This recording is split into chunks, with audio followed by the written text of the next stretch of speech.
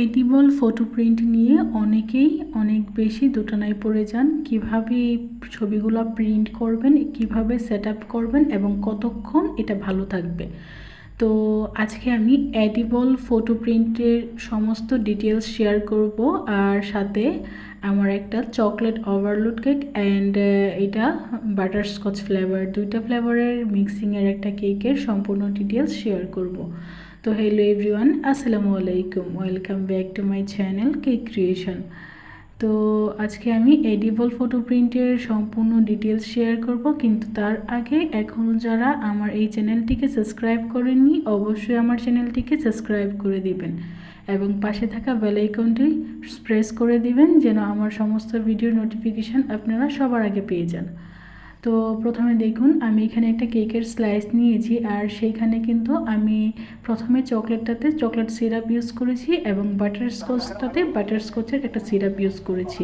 Actually দুই ফ্লেভারের এই কেকগুলো করা অনেক বেশি ঝামেলাযুক্ত, কারণ দেখা যায় একটা কেকের ফিনিশিং থেকে শুরু করে এভরিথিং আমরা একটা ক্রিম দিয়ে করতে পারি, ভিতরের অংশ থেকে বাইরের অংশ সব কিছু, বাট যখন আমরা দুইটা ফ্লেভারের মিক্সিং করি তখন দেখা যায় যে ভিতরে সুগার সিরাপ থেকে শুরু করে এভরিথিং সব কিছু ডবল, তো আলাদা আলাদা করাটা একটু ঝামেলাযুক্ত। তো দেখুন, আমি বাটারস্কচ কেকটাতে এখানে ক্যারামেল সস দিয়ে দিয়েছি এবং চকলেট কেকটাতে চকলেট গানাশ দিয়ে দিচ্ছি তো ক্রিমের ওপর। এখন আমি দেখুন এখানে অনেক বেশি চকো চিপস দিয়েছি এবং বাটারস্কচ কেকে এখানে আমি বাটারস্কচের একটা প্রলেপ দিয়েছি।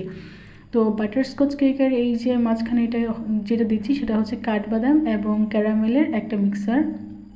তো অনেকেই এটাকে অনেক বেশি হার্ড করে, যেহেতু কেকটা একটা নরম খাবার, আর নরম খাবারে বাদাম এবং ক্যারামেলের যে একটা মিশ্রণ, তো বাটারস্কচ এটা হচ্ছে কি মানে একটু শক্ত টাইপের, তো কামড় দিলে মানে কেকের নরম অংশটা এই ধরনের শক্ত জিনিসটা আমার কাছে কেন জানি না ভালো লাগে না, সেজন্য আমি এটাকে একটু নরম করে করি, মানে ক্যারামেলটাকে একটু নরম করে আমি উঠিয়ে ফেলি, মানে যেন এটা পড়ে না যায় এবং অনেক বেশি হার্ড হয়ে না যায়। আর কাঠবাদামগুলোকে আমি বেশ কুচি কুচি করে এখানে দিয়ে দিই, তাহলে কি হয় দেখা যায় যে দুইটার স্ট্রাকচার খুব সুন্দর একটা বর্নিং আসে, আর তখন এটা একটু নরম থাকে আর এটা খেতেও ভালো লাগে।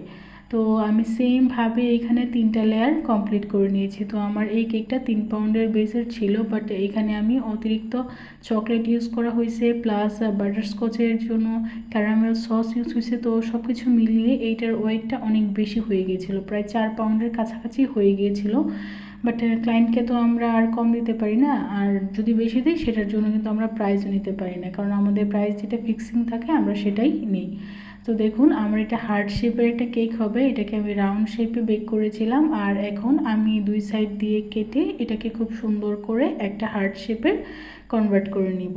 তো হার্ট শেপ করার পর দেখুন আমার এই উপরের অংশটা একটু উঁচু লাগতেছিল সাইড দিয়ে, তো আমি একটু কেটে এটার সমান করে নিয়েছিলাম।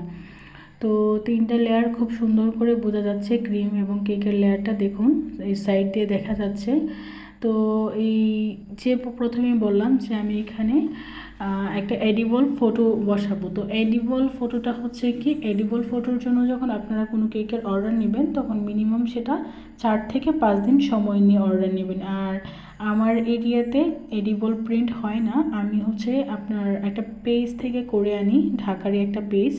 তো এডিবল প্রিন্ট করে এরকম অনেক পেজ আছে, আপনারা আপনাদের পরিচিত অনুযায়ী যে কোনো পেজ থেকে, অনলাইন পেজ থেকে আপনারা এটা অর্ডার করতে পারেন ছবি দিয়ে।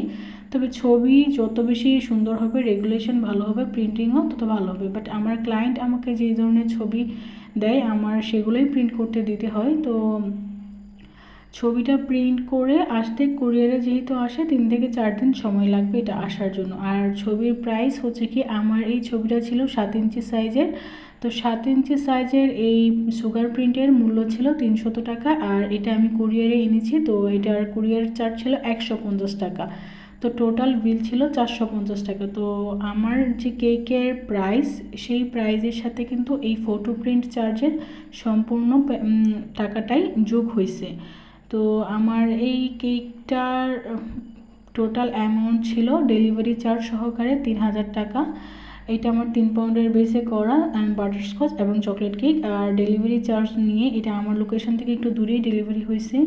এটা হচ্ছে পাখুন্দিয়া পার হয়ে একটা জায়গা, তো সেখানটায় আমরা এটা ডেলিভারি করেছিলাম। তো এই কেকের টোটাল অ্যামাউন্ট ছিল 3000 টাকা। তো এই তো দেখুন আমার কেকটা কমপ্লিট। আর এখন এডিবল প্রিন্ট বসানোর পর আপনারা কিন্তু বেশিক্ষণ কেকটাকে ফ্রিজিং করবেন না, 1 থেকে 2 ঘন্টা সময় এটা খুব ভালো থাকে। আর তারপর দেখা যায় যে ছবিটা অনেক নরম হয়ে যায় এবং উপর থেকে বাবলস ক্রিয়েট হতে থাকে। সেজন্য আপনারা ডেলিভারি করার আগে এই এডিবল ছবিটা বসাবেন যেন ছবিটা সুন্দর থাকে। তো এই তো মাশাআল্লাহ আমার আজকের কেক কমপ্লিট। তো কেমন হয়েছে অবশ্যই জানাবেন। সবাই সুস্থ থাকুন, ভালো থাকুন, আল্লাহ হাফেজ।